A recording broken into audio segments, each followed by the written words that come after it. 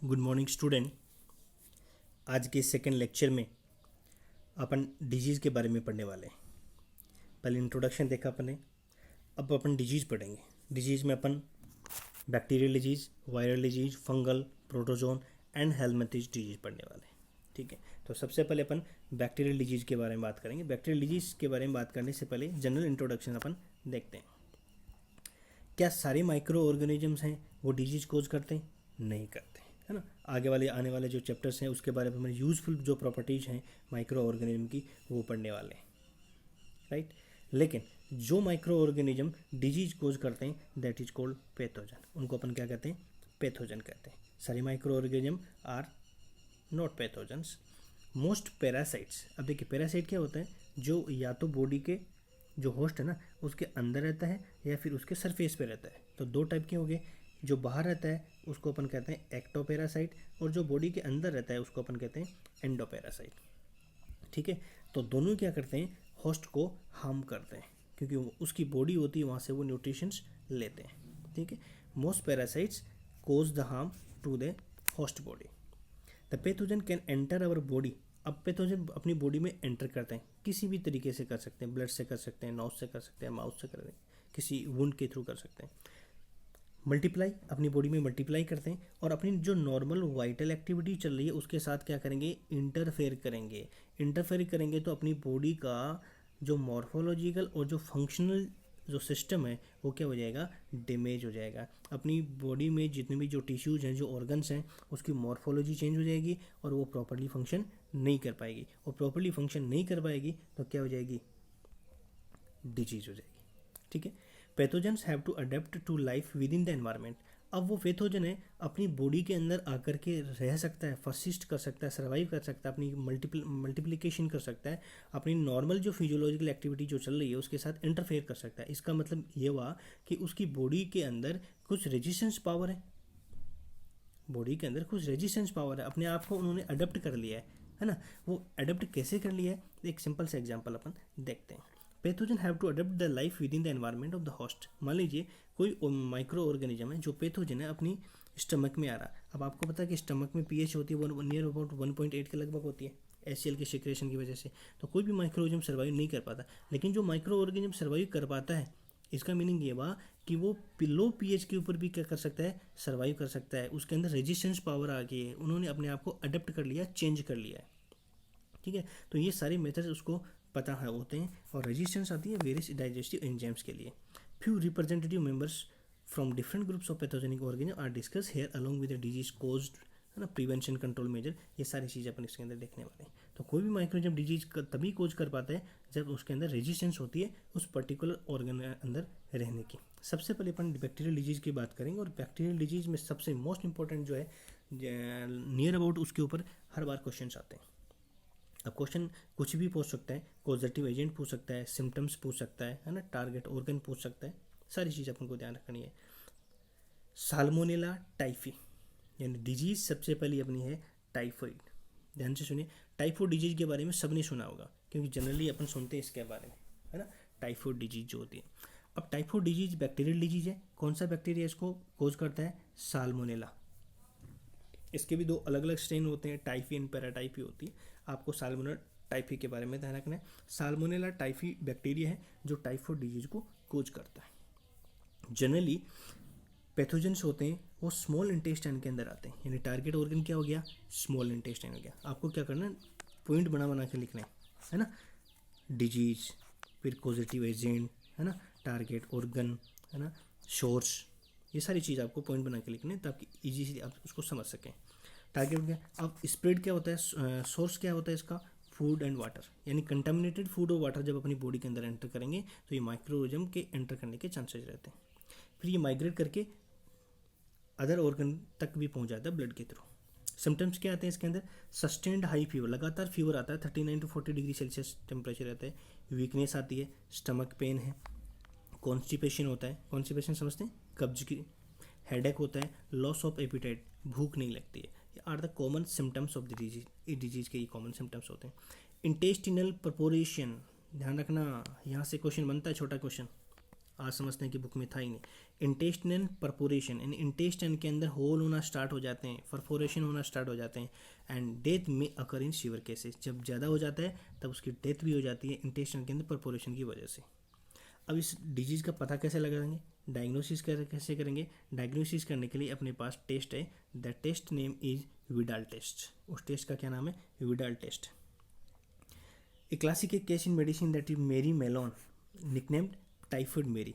यहाँ से भी क्वेश्चन बनता है टाइफाइड मेरी कौन थी, है ना। मेरी मेलोन है और उसको टाइफाइड मेरी के नाम से जाना जाता है क्योंकि वो क्या थी, एक कैरियर थी टाइफाइड के लिए, ठीक है। और वो प्रोफेशन से क्या थी, कुक थी। तो बहुत जहाँ वो फूड बनाती थी तो वहाँ से वो बहुत सारे लोगों को टाइफाइड डिजीज दे दिया करती थी, है ना, क्योंकि वो कैरियर थी।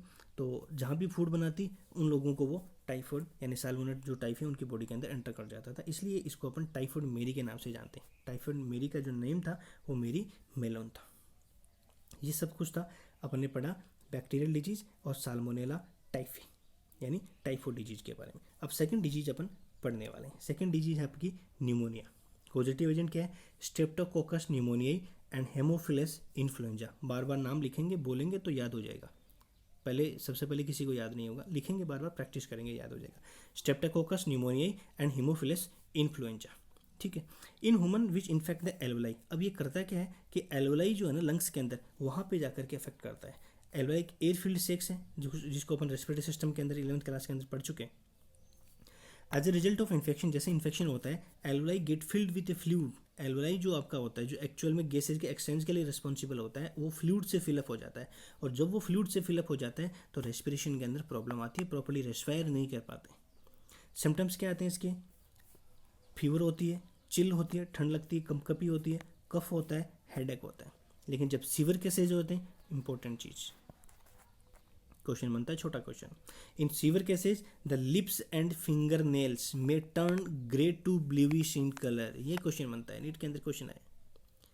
लिप्स और जो फिंगर्स होते हैं वो ग्रे से लेकर ब्लू कलर तक हो जाते हैं। यानी ग्रे से जब ब्लू यानी लास्ट स्टेज आती है, ब्लू के अंदर आने के बाद अपन ये समझ सकते हैं कि बहुत सीवियर केसेज हो गया है, नीले हो जाते हैं। Healthy person acquire infection by inhaling the droplets. अब ये डिजीज आती कैसी है कि जो ड्रॉपलेट्स हैं या aerosol release by infected person, coughing और स्नीजिंग से जब एनवायरनमेंट में आ जाते हैं, है ना, या फिर उनके कोई आइटम्स होते हैं वो उसने यूज़ किए, वही आइटम यदि अपन यूज़ कर लेते हैं ना, ग्लासेज यूटेंसिल वगैरह होते हैं, तो उससे भी ये फैल सकता है। समझ में आएगी बात। ये थी न्यूमोनिया के बारे में। Streptococcus pneumoniae Haemophilus influenza bacteria है, एल्वोलाई को अफेक्ट करती है। एल्वोलाई के अंदर वो फ्लूइड फिलअप हो जाता है जिसकी वजह से रेस्पिरेशन नहीं हो पाता। सिम्टम्स क्या होते हैं, फीवर, चिल, कफ और हेडेक, ठीक है। सीवियर केसेस में क्या होते हैं, लिप्स और फिंगर नेल के हो जाते हैं blue to colour, grey to blue colour हो जाते हैं, ठीक है। और मोड ऑफ ट्रांसमिशन जो है वो droplet aerosol release by infection infected person से या शेयरिंग द आइटम्स वहाँ से हो सकते हैं। उसके बाद इसने लिखा है dysentery, plague and diphtheria. Dysentery, plague and diphtheria are some other bacterial disease in man. NCERT के अंदर ये सिर्फ 3 डिजीज का नाम लिख करके छोड़ दिया है, इसके बारे में बताया नहीं है। लेकिन अपन को इन डिजीज के बारे में कॉमन जो चीज़ें हैं वो थोड़ी सी पढ़नी पड़ेगी, तो उसको अपन देखते हैं। बाद में वायरल डिजीज स्टार्ट हो जाती है, तो वायरल डिजीज स्टार्ट करने पर से बेसिक इन्फॉर्मेशन अपन इसके बारे में ले लेते हैं। तो चलिए स्टार्ट करते हैं। ये जो डिजीज है सबसे पहले अपन बात करेंगे डिसेंट्री की। किस डिजीज की बात करेंगे, डिसेंट्री की बात करेंगे। अब डिसेंट्री डिजीज जो है उसका कॉजेटिव एजेंट क्या है, सीजेला डिसेंट्री। सीजेला डिसेंट्री ये इसका कॉजेटिव एजेंट है। सिम्टम्स क्या आते हैं इसके अंदर, ब्लडी डायरिया, यानी डायरिया जो होता है वो उसके साथ ब्लड आना स्टार्ट हो जाता है, एब्डोमिनल पेन होता है और फीवर आता है। सोर्सेज क्या है इसके, कंटामिनेटेड वाटर एंड फूड, यानी कंटामिनेटेड और वाटर और जो फूड है, मोस्टली जो बैक्टीरियल डिजीज आपकी इसी वजह से होती है। प्रिवेंशन क्या है इसका, हैंड वॉश करो, और जो वाटर और फूड से हो रही है तो वाटर और फूड को क्या करो, सेव करो, हाइजीन करो, ढक करके रखो। प्रिवेंशन क्या है, एंटीबायोटिक है जो इसके साथ दी जाती है। एंटीबायोटिक कौन सी है, मेट्रोनिडाजोल। मेट्रोनिडाजोल एंटीबायोटिक्स दी जाती है। ये थी डिसेंट्री के बारे में। सेकंड बात करते हैं प्लेग। प्लेग है यर्सीनिया पेस्टिस। यर्सीनिया पेस्टिस बार बार लिखेंगे तो याद होगा, ऐसे याद नहीं होगा भाई। यर्सीनिया पेस्टिस प्लेग के लिए है, ठीक है। अब प्लेग जो है बैक्टीरियल डिजीज अपन समझ सकते हैं, लेकिन डायरेक्टली बैक्टीरिया से नहीं होता है। इसके अंदर क्या होते हैं, आपके जो रोडेंट्स, जो रेट्स वगैरह होते हैं ना, वो क्या होते हैं, इसके अंदर एक कैरियर का काम करते हैं। यानी उनके अंदर वो माइक्रो ऑर्गेनिज्म होता है, वो बैक्टीरिया होता है, वो अपनी बॉडी के अंदर एंटर कर जाता है। समटाइम्स इसके अंदर क्या आते हैं, फीवर है, नोजिया है, चक्कर आना, जी घबराना, डायरिया है, वीकनेस है, वॉमिटिंग है, बहुत सारे सिम्टम्स इसके अंदर होते हैं। ट्रीटमेंट वही एंटीबायोटिक का ट्रीटमेंट होता है। प्रिवेंशन क्या है, अब रोडेंट्स नहीं फैले इसके लिए क्या करना है, जो हॉल्स वगैरह होते हैं घर में उसको बंद करके रखें, है ना। फूड और वाटर जो है उसको कवर करके रखें, पैक करके रखें। आपका जो नियर बाई जो एरिया है, जो सराउंडिंग्स है, उसको क्या करें, क्लीन करें, है ना। ये आपका प्रिवेंशन मेथड हो सकता है, ठीक है। अब थर्ड डिजीज़ की अपन बात करते हैं, डिप्थीरिया। इसका कॉजेटिव जो एजेंट है वो आपका कोरिनीबैक्टीरियम डिप्थीरियाई, कोरिनीबैक्टीरियम डिप्थीरियाई कॉजेटिव एजेंट है। ट्रांसमिशन इसका जो है वो कफिंग एंड स्नीजिंग से होता है। तो वही चीज़ है जो कफिंग स्नीजिंग इन्फेक्टेड पर्सन करेगा तो बाहर आकर के वो डिजीज़ फैलने लग जाएगी, है ना, ट्रांसमिट हो जाएगी। सबसे पहले इनिशियली इस स्टेज के अंदर क्या होता है, थ्रोट इन्फेक्शन होता है। थ्रोट इन्फेक्शन यानी गले के अंदर इन्फेक्शन होता है, तो फूड लेने में, वाटर लेने में, निगलने में, है ना, धीरे धीरे प्रॉब्लम्स आना स्टार्ट हो जाती है। उसके बाद में ये ब्लड के थ्रू पूरी बॉडी पार्ट्स तक, हार्ट किडनी तक फैल जाता है। ट्रीटमेंट क्या है इसका, वैक्सीनेशन है। क्या है, वैक्सीनेशन से। तो ये कॉमन चीज़ें हैं जो अपन को एनसीईआरटी के अंदर नहीं दी रखी है, लेकिन फिर भी अपन ने इसको लिखने की कोशिश की। स्पेशली यहाँ पे जो क्वेश्चन बनता है वो कॉजेटिव एजेंट का नाम आप जरूर याद रखें कि डिप्थीरिया है वो किसकी वजह से होती है, एंड डिसेंट्री किसकी वजह से होती है, और आपकी जो प्लेग है वो किसकी वजह से होती है। कॉमन इसके सिम्टम्स आप ध्यान में रखें। बाकी जो चीज़ है, 2 बैक्टीरियल डिजीज जो दे रखी है वो अपने सबसे पहले पढ़ी टाइफाइड के बारे में, सेकेंड पढ़ी कौन सी बताइए, कमेंट बॉक्स में लिख करके बताइए, आपको याद है तो, शायद आपने लिख दिया होगा। सेकंड अपने पढ़ी न्यूमोनिया, ठीक है। तो ये बैक्टीरियल डिजीज़ के बारे में पढ़ा है। इसको आप नोट्स के रूप में बनाएं और अच्छे से लिखें ताकि आपको इजीली याद हो जाए। चैप्टर बहुत इंटरेस्टिंग चैप्टर है, बहुत अच्छा चैप्टर है, लेकिन आप थ्योरेटिकली बुक के अंदर देखेंगे तो आपको थोड़ा सा बोरिंग लग सकता है, लेकिन आप जब इसके नोट्स बनाएंगे, पॉइंट बना के लिखेंगे, ये चैप्टर बड़ा ईजी होता चला जाएगा। सेकंड जो लेक्चर होगा उसके अंदर अपन कुछ वायरल डिजीज़ के बारे में पढ़ेंगे। उसके बाद अपन प्रोटोजन डिजीज़ की तरफ, आगे हेलमिंथ्स की तरफ चलेंगे, फंगल डिजीज़ की तरफ चलेंगे, ठीक है। Thank you. जय हिंद, जय भारत।